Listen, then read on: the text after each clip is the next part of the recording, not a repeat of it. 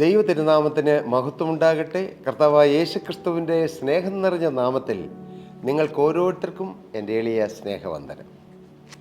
കർത്താവിൻ്റെ തിരുവചനം, ഈ വചനത്തിൻ്റെ ശക്തി, വചനം മൂലം നടക്കുന്നതായ അത്ഭുതകരമായ മാറ്റങ്ങൾ, രൂപാന്തരങ്ങൾ, അനുഭവങ്ങൾ, വചനത്തിലൂടെ ദൈവം വൻകാര്യങ്ങൾ പ്രവർത്തിക്കുന്നു.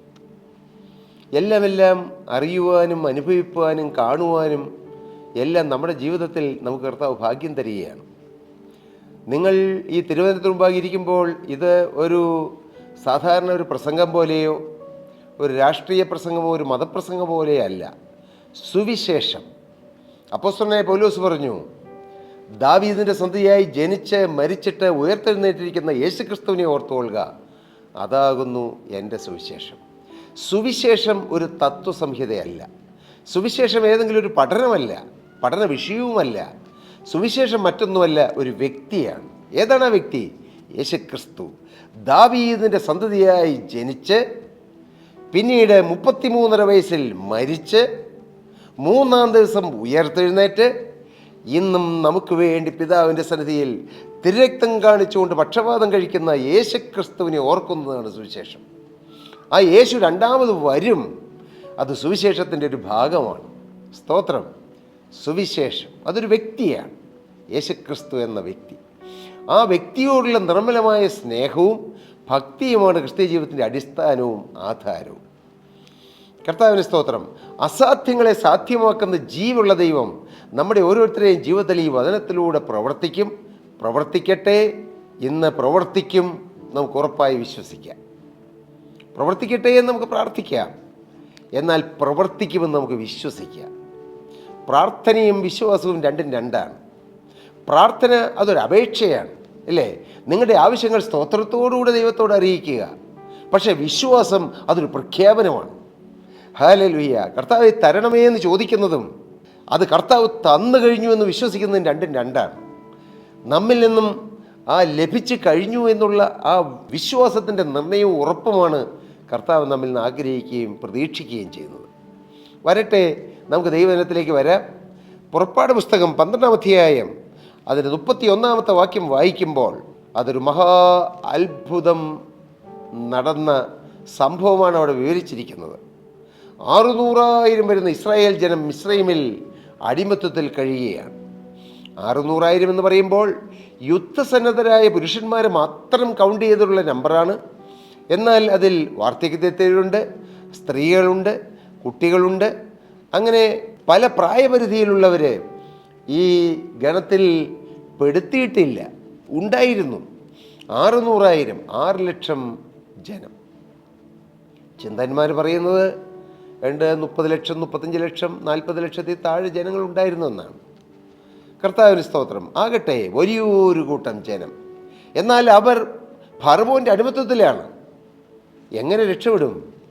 നിത്യനായ ദൈവം മോശെ മുഖാന്തരം പറഞ്ഞു, ഫറവോനോട് പറഞ്ഞു, എന്നെ ആരാധിപ്പാൻ എൻ്റെ ജനത്തെ വിട്ടയക്കുക. എൻ്റെ ജനം എന്നെ ആരാധിക്കണം. എൻ്റെ ജനം അന്യ ദേശത്ത്, ആരാധനയില്ലാത്ത ദേശത്ത് പാർക്കേണ്ടവരല്ല. അവർ ദേശം വിട്ട് മാറി അവർ കർത്താവിനെ ആരാധിക്കണം. അതേ പ്രിയപ്പെട്ടവരെ, നാം ഓരോരുത്തരും ദൈവത്തെ ആരാധിക്കണമെന്ന് ദൈവം ആഗ്രഹിക്കുന്നു. ആരാധന അത് ഒരു അത്ഭുത അനുഭവമാണ്. സ്തുതി എന്നോ സ്തോത്രമെന്നോ ഹല്ലേലൂയ എന്നോ ആമീൻ എന്നോ മാത്രം പറയുന്നതല്ല ആരാധന. അതുമുണ്ട്, തീർച്ചയായിട്ടുമുണ്ട്. കർത്താവിന് എന്നാൽ അതിലുപരിയായി ഒന്നാമത് വ്യക്തിപരമായ യേശുക്രിസ്തുവിനോടുള്ള ബന്ധം, ആ സ്നേഹം നിറയുന്നു, നന്ദി നിറയുന്നു. കർത്താവ് ചെയ്ത വൻകാര്യങ്ങളെ ഓർക്കുന്നു. കർത്താവ് ആരാധനയ്ക്ക് യോഗ്യനാണെന്ന് തിരിച്ചറിഞ്ഞുകൊണ്ട് ദൈവത്തെ ആരാധിപ്പാനാണ് എന്നെ സൃഷ്ടിച്ചതെന്നും തിരഞ്ഞെടുത്തിരിക്കുന്നതെന്നും തിരിച്ചറിഞ്ഞുകൊണ്ട് ദൈവത്തെ മഹത്വപ്പെടുത്തുന്നു, ദൈവത്തിന് ആരാധന കരയേറ്റുന്നു. ആ ആരാധനയിൽ ദൈവം സന്തോഷിക്കുന്നു. ദൈവം പറഞ്ഞു, എന്നെ ആരാധിപ്പാൻ എൻ്റെ ജനത്തെ വിട്ടയക്കുക. ഫറവോൻ സമ്മതിച്ചില്ല. ഫറവോന് കാരണം ജനത്തെ വിട്ടയച്ചാൽ നഷ്ടം ഒത്തിരി വരും.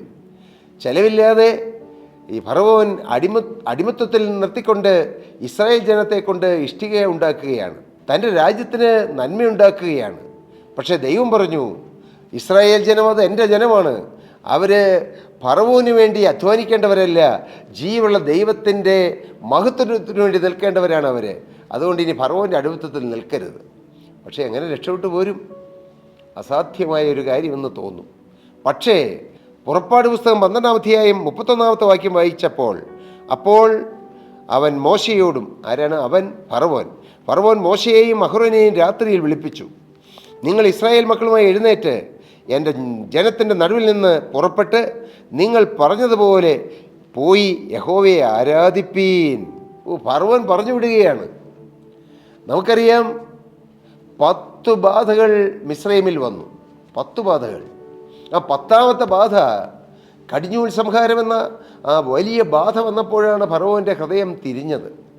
ഫറവോൻ തന്നെ പറയുകയാണ്, ഏത് ശത്രുവാണോ പിടിച്ചു വച്ചിരുന്നത് ആ ശത്രു തന്നെ പറയുകയാണ്, നിങ്ങൾ പോയി ദൈവത്തെ ആരാധിപ്പിനെന്ന്. അത് മനുഷ്യർക്ക് അസാധ്യമായ ഒരു കാര്യമാണ്. ഞാൻ ഇതിൻ്റെ ആത്മീയ പശ്ചാത്തലത്തിലേക്ക് ഒന്ന് തിരിഞ്ഞ് ഇന്നത്തെ നമ്മുടെ ദൈനംദിന ജീവിതത്തിലേക്ക് ഒന്ന് വിരൽ ചൂണ്ടിക്കൊണ്ട് പറയട്ടെ. എൻ്റെ പ്രിയപ്പെട്ട സഹോദരങ്ങളെ, പ്രിയ സഹോദരിമാരെ, പ്രിയ യൗവനക്കാരെ, നിങ്ങളെ കീഴടക്കി വെച്ചിരിക്കുന്ന ഒരു ദുഷ്ട പിശാചുണ്ട്. ഫറവോൻ പിശാചിൻ്റെ സിമ്പലാണ്. കർത്താവിന് സ്തോത്രം. ദൈവത്തിൻ്റെ ജനമായ ഇസ്രായേൽ ജനത്തെ ഫറവോൻ പീഡിപ്പിച്ചുകൊണ്ടിരിക്കുകയാണ്. ഇന്നും ദൈവം തൻ്റെ കൈപ്പണിയായി മെനഞ്ഞ് തൻ്റെ മക്കളെ പിശാച് അടിമത്വത്തിൽ വെച്ചുകൊണ്ടിരിക്കുന്നു. ഏതെല്ലാമാണ് അടിമത്വം? ചിലർക്ക് മദ്യപാനമാണ് അടിമത്വം, ചിലർക്ക് കഞ്ചാവും മയക്കുമരുന്നുമാണ് അടിമത്വം, ചിലർക്ക് ചില അവിശ്വാസങ്ങളാണ് അടിമത്വം, ചിലർക്ക് ചില ആത്മീയ കൺഫ്യൂഷൻ ഉണ്ടാക്കുക എന്നുള്ള പൈശാചികൻ്റെ ബന്ധനമാണ് അടിമത്വം. ദൈവത്തിൻ്റെ വചനം പറയുന്നു, നിങ്ങൾ ഏതിനോട് തോൽക്കുന്നുവോ അതിൻ്റെ അടിമയാണ്. ഏത് കാര്യത്തിലാണോ നാം തോറ്റുപോകുന്നത് ആ കാര്യത്തിൽ നാം അടിമയാണ്. വചനം അങ്ങനെ പറയുന്നു. ഏതെല്ലാം അടിമത്വം? കുടുംബത്തിൽ ഐക്യമില്ല, ഭിന്നതയുടെ അടിമത്വം. ഭാര്യയും ഭർത്താവും തമ്മിൽ സ്നേഹമില്ലായ്മയുടെ അടിമത്വം. കുടുംബത്തിൽ ഐക്യമില്ലാതെ ഭിന്നതയിൽ കഴിയുന്ന അനേക കുടുംബങ്ങൾ, ഭാര്യ ഭർത്താക്കന്മാർ. ഇന്നത്തെ കാലഘട്ടത്തിൻ്റെ ഒരു വലിയ ശാപമാണ് ഡൈവോഴ്സ്. കുടുംബം പിരിക്കുന്ന ഒരു പൈശാചിക ശക്തിയുണ്ട്. ഭാര്യയുടെ സൈഡിൽ ന്യായം പറയും, ഭർത്താവിൻ്റെ സൈഡിൽ ന്യായം പറയും. എന്നാൽ ഭാര്യയുടെയും ഭർത്താവിൻ്റെയും മധ്യത്തിൽ നിന്നുകൊണ്ട് കൈകൊട്ടിച്ചിരിക്കുന്ന, അവരെ ഭിന്നിപ്പിച്ചിട്ട് പിരിച്ചിട്ട് കൈകൊട്ടിച്ചിരിക്കുന്ന ഒരു ദുഷ്ട പിശാചുണ്ട്. കാരണം ദൈവം പറഞ്ഞു, ദൈവം യോജിപ്പിച്ചതിനെ മനുഷ്യൻ വേർപിരിക്കരുതെന്ന്.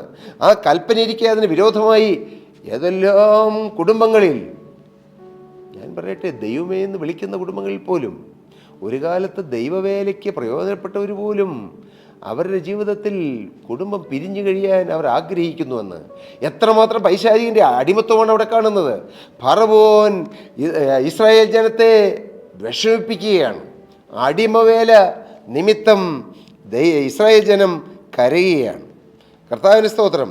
നാം പുറപ്പാട് പുസ്തകം ആദ്യ ഭാഗങ്ങളിലേക്ക് നാം വരുമ്പോൾ 2-ാം അധ്യായം അതിൻ്റെ 23-ാമത്തെ വാക്യം വായിക്കുമ്പോൾ, ഇസ്രായേൽ മക്കൾ അടിമവേല നിമിത്തം നെടുവേർപ്പെട്ട് നിലവിളിച്ചു. അടിമവേല ഹേതുവായുള്ള നിലവിളി ദൈവസന്നിധിയിൽ എത്തി. ദൈവം അവരുടെ നിലവിളി കേട്ടു. ദൈവം അബ്രഹാമിനോട് ഇസാക്കിനോട് യാക്കോബിനോട് തനിക്കുള്ള നിയമം ഓർത്തു. ദൈവം ഇസ്രായേൽ മക്കളെ കടാക്ഷിച്ചു. ദൈവം അറിഞ്ഞു. അടിമത്വത്തിൽ നാം കിടക്കുമ്പോൾ ചെയ്യേണ്ടത് കരച്ചിലാണ്. നിങ്ങളേതെങ്കിലും അടിമത്വത്തിൽ കിടക്കുകയാണോ? നിങ്ങളേതെങ്കിലും തത്വസംഹിതകൾ അടിമപ്പെടുത്തി കിടക്കുന്നുണ്ടോ? നിങ്ങളുടെ സ്വയത്തിനോ നിങ്ങൾ ഏതെങ്കിലും കാര്യത്തിൽ അടിമത്വത്തിലാണോ കിടക്കുന്നത്? കർത്താവിന് സ്തോത്രം. ഏതെങ്കിലും പാപബന്ധനത്തിലാണോ കിടക്കുന്നത്? ലോകത്തോട് നിങ്ങൾ അടിമത്വത്തിലാണോ കിടക്കുന്നത്?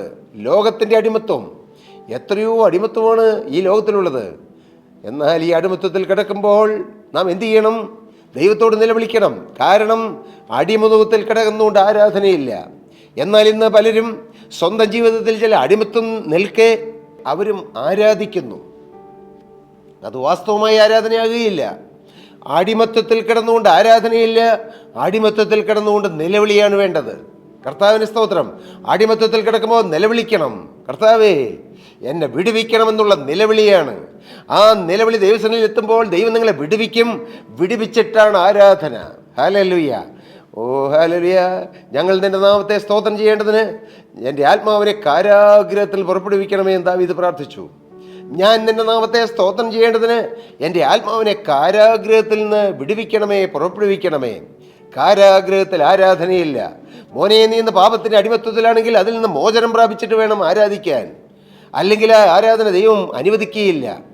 അന്ന് അനേക പുരുഷന്മാരെ മാറി മാറി മ്ലേച്ഛതയ്ക്ക് വേണ്ടി ഉപയോഗിച്ചുകൊണ്ടിരുന്ന ശമരിയ സ്ത്രീ അവൾ ആരാധനയെക്കുറിച്ച് പറയുകയാണ് യേശുവിനോട്. ഈ മലയുമല്ല ആ മലയുമല്ല എന്നെല്ലാം പറഞ്ഞ് യേശുവിനോട് വാദിക്കുകയാണ്. പ്രിയപ്പെട്ടവരെ, പാപം വെച്ചുകൊണ്ടല്ല ആരാധന. കർത്താവ് പറഞ്ഞു, നിങ്ങൾ ആ മലയിലും ഈ മലയിലും അല്ല ആരാധിക്കേണ്ടത്. സത്യ നമസ്കാരികൾ ദൈവത്തെ സത്യത്തിലും ആത്മാവിലും ആരാധിക്കുന്നുവെന്ന്. പാപം വിട്ടിട്ട് വേണം ആരാധന. ഫറവോൻ്റെ അടിമത്തത്തിൽ ആരാധനയില്ല. അതുകൊണ്ട് ഇസ്രായേൽ ജനം അവർ ഫറവോൻ്റെ അടിമത്തത്തിൽ പുറപ്പെടുവാൻ ആഗ്രഹിച്ചു. പക്ഷേ ഫറവോൻ വിട്ടില്ല. നിത്യനായ ദൈവം 10 അടയാളങ്ങൾ ചെയ്തു. തൻ്റെ ജനത്തെ വിടുവിക്കാൻ അധ്വാനിക്കുന്ന ദൈവത്തിൻ്റെ സ്നേഹമല്ലേ അവിടെ കാണുന്നത്. അടിമവേല ഹേതുവായി നിലവിളിക്കുന്ന ഇസ്രായേൽ ജനത്തിൻ്റെ നിലവിളി കർത്താവ് കേട്ടു. ജനത്തെ വിടുവിക്കാൻ ദൈവം ഇറങ്ങി വന്നു. തൻ്റെ അഭിഷിക്തനായ മോശയെ ദൈവം അപ്പോയിൻ്റ് ചെയ്തു. മോശയോട് ചേർന്ന് പ്രവർത്തിക്കാൻ അഹറോനെയും അങ്ങനെ മറ്റ് മിരിയാമിനെയും മറ്റു അനേകരെ കർത്താവ് തിരഞ്ഞെടുത്ത് മോശയോട് ചേർത്ത് നിർത്തി. ഇസ്രായേൽ ജനത്തെ വിടുവെച്ചു. ഞാൻ അത്ഭുതങ്ങളെക്കുറിച്ചൊന്നും പറയുന്നില്ല, പക്ഷേ എനിക്കൊന്ന് പറയാനുണ്ട്. വിടുവിക്കുന്ന ഒരു ദൈവമുണ്ട്. ഫറവോൻ്റെ അടിമത്തത്തിൽ നിന്ന് വിട്ടുപോരുക എന്നുള്ളത് മനുഷ്യർക്ക് അസാധ്യമായ കാര്യമാണ്. എന്നാൽ ദൈവത്തിന് സകലവും സാധ്യമാണ്. മകനെ, നിന്റെ പുകവലി മാറ്റാൻ, നിന്റെ മദ്യപാനം മാറ്റാൻ, നിന്റെ കച്ചാവ് മാറ്റാൻ, നിന്റെ കൂട്ടുകെട്ട് മാറ്റാൻ, നിന്നെ ബന്ധിച്ചിരിക്കുന്ന അനേക ബന്ധനങ്ങളിൽ നിന്ന് മോചനം പ്രാപിക്കാൻ നിനക്ക് സാധ്യമല്ല. എന്നാൽ ദൈവത്താൽ സകലവും സാധ്യമാണ്. ഏതെല്ലാം ബന്ധനങ്ങൾ, പഴകിയ ബന്ധനങ്ങൾ, ഒരുപാട് വർഷങ്ങളായി ശീലിച്ച ചില ശീലങ്ങൾ എല്ലാം മാറ്റിത്തരാൻ യേശു ക്രിസ്തുവിന് കഴിയും. യേശുവിന് അസാധ്യമായതൊന്നുമില്ല. ഫറവോനെയും സൈന്യത്തെയും കർത്താവ് സ്തോത്രം തോൽപ്പിച്ച് ഇസ്രായേൽ ജനത്തിന് ദൈവം വിജയം കൊടുത്ത് ഫറവോൻ്റെ അടിമത്തത്തിൽ ദൈവം പുറപ്പെടുവിച്ചു. ഹല്ലേലൂയ. ദൈവത്തിന് സ്തോത്രം, ദൈവത്തിന് സ്തോത്രം. ഫറവോൻ തന്നെ പറയുകയാണ്, നിങ്ങൾ പോയി യഹോവയെ ആരാധിപ്പീൻ. വിടുകയില്ല എന്ന് പറഞ്ഞ പിശാചിനെ കൊണ്ട് തന്നെ, വിടുകയില്ല എന്ന് പറഞ്ഞ ഫറവോനെ കൊണ്ട് തന്നെ ദൈവം പറയിപ്പിച്ചു, നിങ്ങൾ പൊക്കോളാൻ. അതുപോലെ ഒരു അനുഭവം മകനെ നിൻ്റെ ജീവിതത്തിൽ വരും. യവനക്കാരാൻ നിൻ്റെ ജീവിതത്തിൽ വരും. പ്രിയ സഹോദരി നിൻ്റെ ജീവിതത്തിൽ വരും. ഇന്ന് കെട്ടിയിട്ടിരിക്കുന്ന പാപത്തിൽ നിന്നും പൂർണ്ണമോചനം പ്രാപിച്ച് ദൈവത്തെ ആരാധിക്കുന്ന ആ ശ്രേഷ്ഠകരമായ അനുഭവത്തിലേക്ക്, ദൈവത്തിൻ്റെ വഴിയിലൂടെ നടക്കുന്ന ആ ഒരു വലിയ തുടക്കത്തിലേക്ക് ദൈവം നിങ്ങളെ നയിക്കും. അങ്ങനെ ഇസ്രായേൽ ജനത്തിന് വലിയൊരു തുടക്കം കിട്ടി.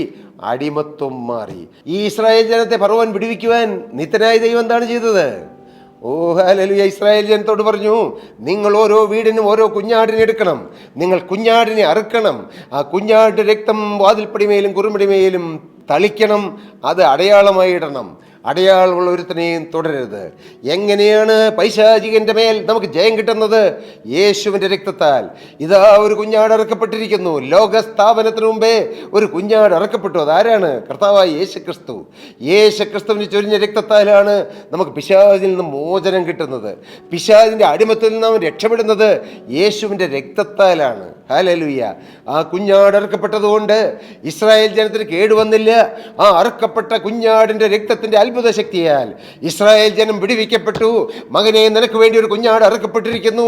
കാൽവറിയിൽ 2000 വർഷം മുമ്പ് പ്രിയ യൗവനക്കാര്, പ്രിയ സഹോദര, പ്രിയ സഹോദരി, നിനക്ക് വേണ്ടി ഒരു കുഞ്ഞാട് അറക്കപ്പെട്ടിരിക്കുന്നു. നിനക്ക് മോചനമുണ്ട്, നിനക്ക് സ്വാതന്ത്ര്യമുണ്ട്, നിനക്ക് വിടുതലുണ്ട്. നീ ആ രക്തത്തിൽ ആശ്രയിച്ചാൽ ഫറവോന്റെ അടിമത്തിൽ നിനക്ക് രക്ഷപ്പെടാം. ആ രക്തത്തിൽ നമുക്ക് ആശ്രയിച്ചുകൊണ്ട് കർത്താവ് തരുന്ന സ്വാതന്ത്ര്യ ജീവിതത്തിൽ അനുഭവിച്ചുകൊണ്ട് നമുക്ക് മുന്നോട്ട് നീങ്ങാം. അതിന് കർത്താവ് നിങ്ങളെ സഹായിക്കട്ടെ. ദൈവനാമം മഹത്വപ്പെടട്ടെ. പ്രിയ സഹോദരീ സഹോദരങ്ങളെ, നിങ്ങൾക്ക് പ്രാർത്ഥനാ വിഷയങ്ങളുണ്ടോ? തീർച്ചയായും ഞങ്ങളെ അറിയിക്കൂ. ഞങ്ങൾ നിങ്ങൾക്ക് വേണ്ടി പ്രാർത്ഥിക്കാം. പക്ഷേ നിങ്ങൾ ഒറ്റയ്ക്കൊറ്റയ്ക്ക് യേശുവിനോട് പ്രാർത്ഥിക്കണം. ഈ കുഞ്ഞാടിൻ്റെ രക്തം, യേശുവിൻ്റെ രക്തത്തിൻ്റെ മുദ്രയുള്ളവരായി നിങ്ങൾ തീർന്നിട്ട് നിങ്ങൾ പ്രാർത്ഥിച്ചാൽ നിങ്ങളുടെ പ്രാർത്ഥന യേശു കേൾക്കും. നിങ്ങളെയും കർത്താവ് സന്ദർശിക്കും.